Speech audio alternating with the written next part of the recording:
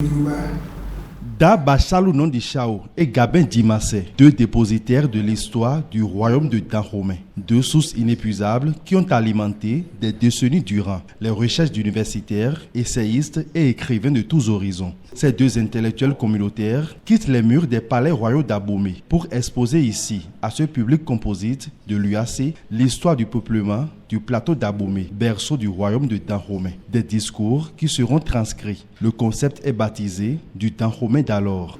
Du Dahomey d'alors est un chantier de 10 ans. C'est un chantier de collection de données historiques, de transcription, parce que les communications que vous aurez ici seront ensuite transcrites.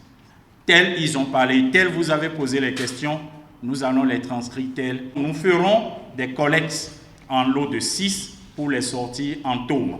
Cette intention a reçu l'accord de l'ambassade de France qui nous a accordé encore une subvention. L'intérêt du projet, c'est vraiment de recueillir cette histoire, l'histoire du Dahomey, et de la diffuser, cette histoire, avec les moyens modernes, contemporains, pour le plus grand nombre, notamment pour la jeunesse. Sous la modération de l'universitaire Romia Michaud-Zounou, les vedettes du jour ont comblé les attentes dans un jeu de questions-réponses.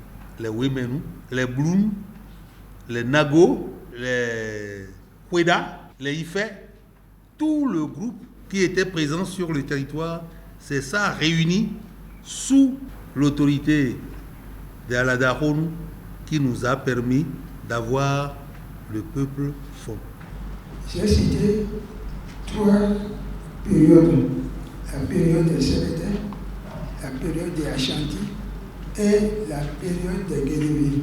30 communications sont prévues et seront transcrites sans filtre. Elles seront ensuite éditées et diffusées en 5 différents tomes. L'initiative s'inscrit dans la continuité du projet Héritage qui a contribué à la sécurisation des périmètres des palais royaux d'Abomey.